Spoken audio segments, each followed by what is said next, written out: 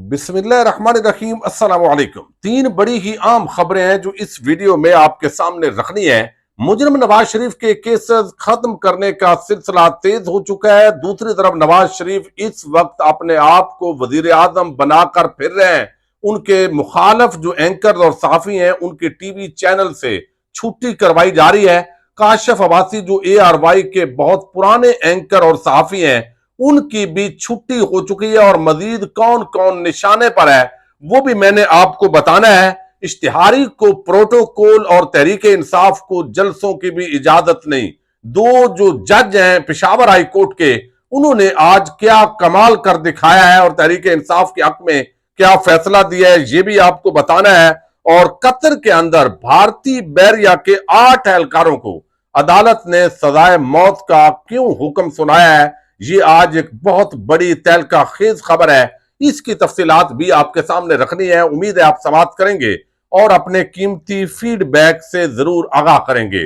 Qatar के अंदर आज जब यह खबर आई कि भारत के साबिक बैरिया के 8 एहलकारों को सजाए मौत सुनाई गई है तो लोग हैरान हुए कि आखिर ये मामला क्या है। एक तरफ आप देख रहे हैं गजा के अंदर जो सूरत हाल है, जिस तरीके से फलस्तीनी जो है उन पर हमले हो रहे हैं और पूरी दुनिया का जो मीडिया है वो भी सही तरीके से रिपोर्टिंग नहीं कर रहा। फिर पाकिस्तान और आलम इस्लाम की जो हुकूमतें हैं OIC मुकम्मल तौर पर खामोश है और सिर्फ जबानी बयानात दिए जा रहे हैं।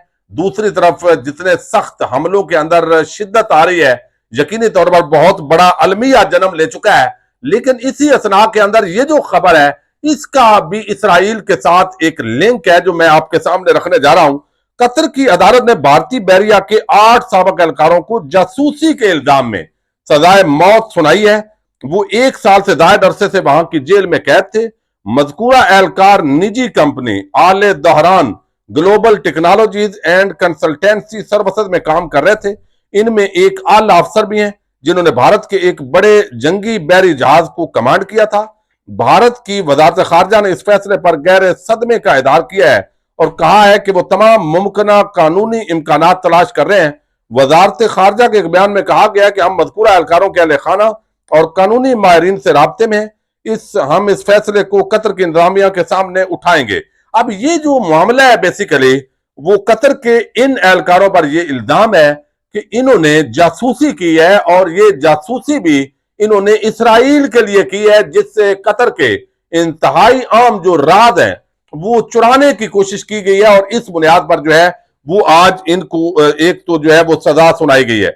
दूसरी जो बड़ी खबर है वो आज पेशावर हाई कोर्ट का एक फैसला है जिसके अंदर जो 2 गैरतमंद जज हैं उन्होंने आज एक पूरी कहानी खोली है और जिस तरीके से नवाज शरीफ के हवाले से उन्होंने आज एक जो है वो जिस तरीके से रिमार्क्स दिए हैं और उस तरफ इशारा किया है वो आपके सामने रखना है। इस वक्त आपको इल्म है जो सूरत हाल है वो ये है कि तहरीके इंसाफ को वर्कर्स कन्वेंशन की भी इजाजत नहीं है। मुजरम नवाज शरीफ ना सिर्फ दंदनाता फिर रहा है बल्कि सरकारी एहलकार पूरा प्रोटोकॉल जैसे वो अभी से वजीर आजम बन गया हो। ये सारा जो खेल है बेसिकली पाकिस्तान की आवाम की जेहनों में इस वक्त ही डाला जा रहा है कि आना तो नवाज शरीफ ने है, वोट उसी को दो। ये नफ्सियाती हथकंडे हैं जो इस्तेमाल किए जा रहे हैं। अब इस बुनियाद पर एक ऐसा शख्स जो अवाम के अंदर नफरत की अलामत है और जिसको करप्शन का बादशाह कहा जाता है उसकी खातर पाकिस्तान का इतना बड़ा सरमाया जाया हो रहा है और दूसरी तरफ पाकिस्तान की सबसे मकबूल जमात उसको एक वर्कर कन्वेंशन करने की इजाजत नहीं है। अब यह मामला पहुंचा है पेशावर हाई कोर्ट के अंदर। पेशावर हाई कोर्ट के जो 2 जजेस हैं उन्होंने आज इस पर समाअत की है और जो जस्टिस एजाज अनवर है जो दूसरे जस्टिस शकील अहमद है ये 2 रुकनी बेंच बना और जो दरखास्त गुजार है वो PTI के वकील हैं। उन्होंने कहा कि PTI को जलसों और इंतखाबी मुहिम चलाने की इजाजत नहीं दी जा रही। सूबे में 75 दरखास्तें हमने इंतजामिया को कन्वेंशन और जलसों के लिए दी मगर इजाजत नहीं दी गई। जस्टिस शकील अहमद ने इस्तफसार किया कि आप सियासी सरगर्मियां करना चाहते हैं जिस पर वकील ने कहा कि इलेक्शन कमीशन ने कहा है कि जनवरी के आखिर में इंतखाबात होने जा रहे हैं और अब वो इंतखाबात अगर होने हैं तो जाहिर है उसके लिए इंतखाबी मुहिम चलानी है और इंतखाबी मुहिम के लिए हमें वर्कर्स कन्वेंशन नहीं करने दे रहा है। तो एडवोकेट जनरल आमर जावेद है उन्होंने अदालत को बताया कि इन्हें दरखास्त दी है तो वो कहां है। हमारे पास तो एक भी नहीं है। अब वो कहते हैं जी दरखास्त हमारे पास है ही नहीं। कानूनी तौर पर जलसे जुलूस के लिए पहले इंतजामिया से इजाजत लेना जरूरी है। जलसे जुलूस और इलेक्शन मुहिम के लिए कोड ऑफ कंडक्ट मौजूद है, इंतजामिया इसके मुताबिक इजाजत देती है। वकील ने अदालत को बताया कि मर्दान में साबक सूबाई वजीर आतिफ खान, ये बड़ा आम यहां पे जुमला है, आतिफ खान के हुजरा पर वर्कर्स कन्वेंशन हुआ। हुकूमत ने इस पर भी एफआईआर दर्ज की। एडवोकेट जनरल जो सरकारी वकील होता है उसने जवाब दिया कि वो साबक वजीर है लेकिन इस वक्त वो इश्तिहारी है, तो इश्तिहारी के हुजरे पर कन्वेंशन की इजाजत कैसे दें। इस पर जो जज हैं जस्टिस एजाज अनवर, उन्होंने उस सरकारी वकील की बोलती बंद की और उन्होंने कहा कि पाकिस्तान में ये कोई नई बात नहीं है, कुछ को तो प्रोटोकॉल में लाया जाता है। यानी नवाज शरीफ जो एक इश्तिहारी नहीं बल्कि मुजरम है, ये तो इश्तिहारी मुल्जम है ना, एक इश्तिहारी मुजरम है, उसको तो आप इशारा किया उन्होंने, उसको तो प्रोटोकॉल के अंदर लाया जाता है, तो वहां तो ये जो असूल है वो नहीं होते।